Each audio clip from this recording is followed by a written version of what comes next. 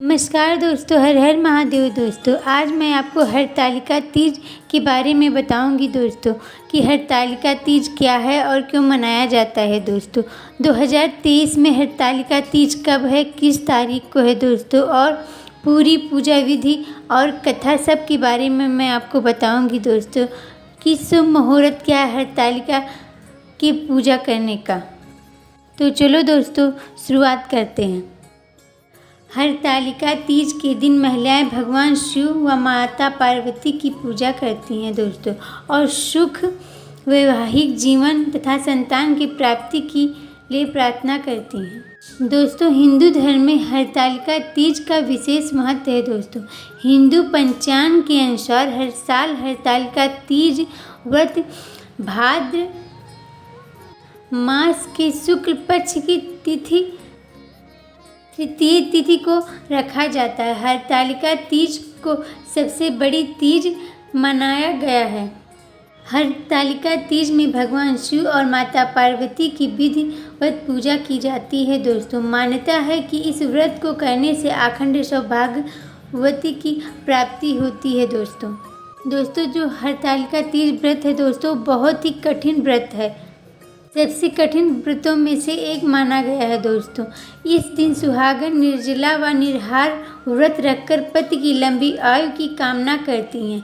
इस व्रत को कुंवारी कन्याएं भी रखती हैं। मान्यता है कि भगवान शिव और माता पार्वती की कृपा से कुंवारी कन्याओं को सुयोग वर की प्राप्ति होती है दोस्तों। तो दोस्तों मैं आपको बताऊंगी कि हरतालिका तीज 2023 में कब है दोस्तों। इस साल हरतालिका तीज व्रत 18 सितंबर 2023 सोमवार को रखा जाएगा दोस्तों अब मैं आपको बताऊंगी कि हरतालिका तीज पूजा करने का शुभ मुहूर्त क्या है दोस्तों।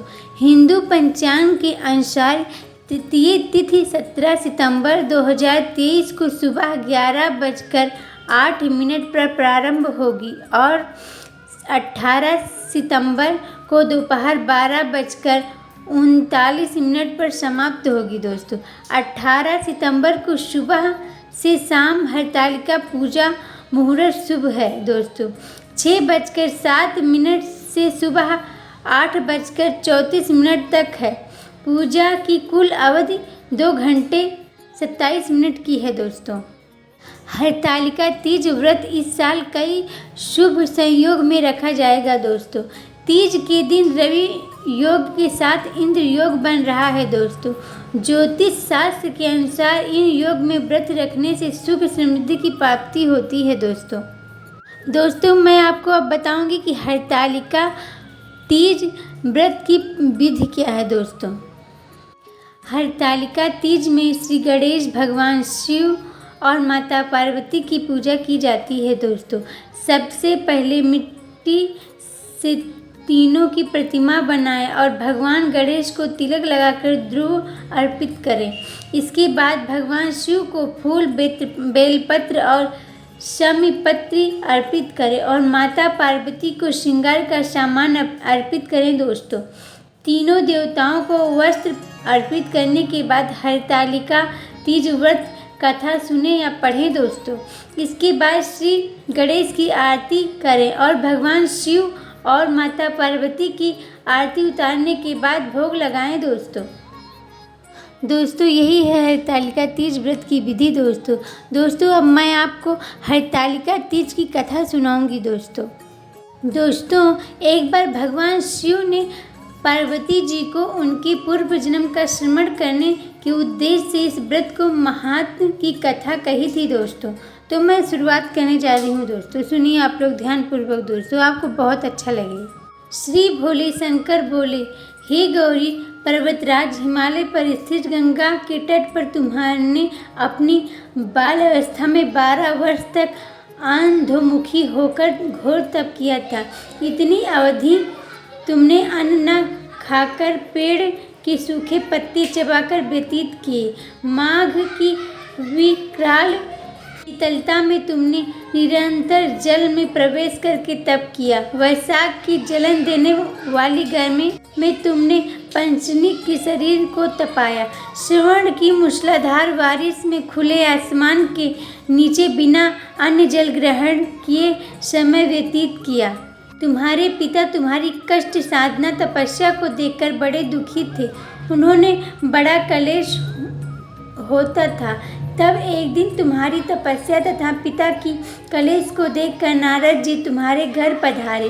तुम्हारे पिता ने हृदय में स्थिति अस्वीकार करके उन्हें आने का कारण पूछा। नारद जी ने कहा, गिरिराज, मैं भगवान विष्णु के भेजने पर यहाँ उपस्थित हुआ हूँ। आपकी कन्या ने बड़े कठोर तप किए हैं। इससे प्रसन्न होकर वो आपकी सुपुत्री से विवाह करना चाहते हैं। इस संदर्भ में आपकी राय जानना चाहता हूँ। नारद जी की बात सुनकर गिरिराज गदगद हो उठे। उनके तो जैसे सारे कलेश ही दूर हो गए। प्रंचित होकर वो बोले, श्रीमान, यदि स्वयं विष्णु मेरी कन्या का वर्ण करना चाहते हैं तो भला मुझे क्या आपत्ति हो सकती है। वह तो साक्षात ब्रह्मा है। हे महर्षि, या तो हर पिता की इच्छा होती है कि उसकी पुत्री सुख संपदा से उत्पत्ति के घर की लक्ष्मी बने। पिता की श्रद्धा इसी में है कि पति की घर जाकर उसकी पुत्री पिता के घर से अधिक सुखी रहे। तुम्हारे पिता की श्रुति पाकर नारद जी विष्णु के पास गए और उनके तुम्हें ब्याह के निश्चित होने का समाचार सुनाया। मगर इस विवाह संबंधी बात जब तुम्हें कान में पड़ी तो तुम्हारे दुख का ठिकाना न रहा।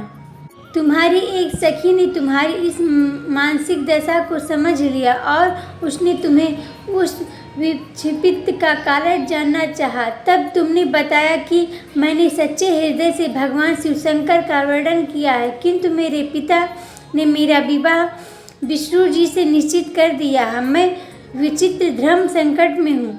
अब क्या करूँ? प्राण छोड़ देने के अतिरिक्त अब कोई भी उपाय शेष नहीं बचा है। तुम्हारी सखी बड़ी ही समझदार और सूझबूझ वाली थी। उसने कहा, सखी, प्राण त्यागने का इसमें कारण ही क्या है? संकट के मौके पर धैर्य से काम लेना चाहिए। नारी के जीवन की सक्रियता इसी में है कि पति रूप में हृदय से जिसे एक बार स्वीकार कर लिया है, जीवन व्रत उसी से निर्वाह करे। सच्ची आस्था और अनिष्ठा के साथ तो ईश्वर को भी समर्पण करना पड़ता है। मैं तुम्हारे घनघोर जंगल में ले चलती हूँ, जो साधना स्थल भी हो, और जहाँ तुम्हारे पिता तुम्हें खोज न पाएं, वहाँ तुम साधना में लीन हो जाना। मुझे विश्वास है कि ईश्वर अवश्य ही तुम्हारी सहायता करेंगे। तुमने ऐसा ही किया। तुम्हारे पिता तुम्हें एक घर पर न पाकर बड़े दुखी थे। चिंतित हुए सोचने लगे कि तुम जाने कहाँ चली गई। मैं विष्णु से विवाह करने का प्रण कर चुका हूँ। यदि भगवान विष्णु बारात लेकर आ गए और कन्या घर पर न हुई तो बड़ा अपमान होगा। मैं तो कहीं मुंह दिखाने के योग्य भी नहीं रहूँगा। यही बस सोचकर गिरिराज ने जोर शोर से तुम्हारी खोज शुरू करवा दी। इधर तुम्हारी खोज होती रही और उधर तुम अपनी सखी के साथ नदी के तट पर एक गुफा में मेरी आराधना में लीन थी। भाद्रपद शुक्ल पक्ष तृतीय को हस्त नक्षत्र था। उस दिन तुमने रेत की शिवलिंग का निर्माण करके व्रत किया। रात भर मेरी स्तुति की, गीत गाकर जागी। तुम्हारी इस कष्ट साधना तपस्या के प्रभाव से मेरी आसना डोलने लगी। मेरी स्मृति टूट गई। मैं तुरंत तुम्हारे समक्ष जा पहुंचा और तुम्हारी तपस्या से प्रसन्न होकर तुम्हें वर मांगने के लिए कहा। तब अपनी तपस्या में फलस्वरूप मुझे अपने समक्ष पाकर तुमने कहा, मैं हृदय से आपको पति के रूप में वर्णन कर चुकी हूँ। यदि आप सचमुच मेरी तपस्या से प्रसन्न होकर यहाँ पधारे हैं तो मुझे अपनी अर्धांगिनी के रूप में स्वीकार कर लीजिए। तब मैंने तथात्म अस्तु कहा और कैलाश पर्वत पर लौट गया। प्रातः होते ही तुमने पूजा की समाप्ति सामग्री को नदी में प्रवाहित करके अपनी सहेली सहित व्रत का प्रारंभ किया। उसी समय अपने मित्र बंधु दरबारियों सहित गिरिराज तुम्हें खोजते हुए वहां आ पहुंचे और तुम्हारी इस कष्टसाध्य तपस्या का कारण तथा उद्देश्य पूछा। उस समय तुम्हारी दशा को देखकर गिरिराज अत्यंत दुखी हुए और पीड़ा के कारण उनकी आंखों में आंसू उमड़ गए थे।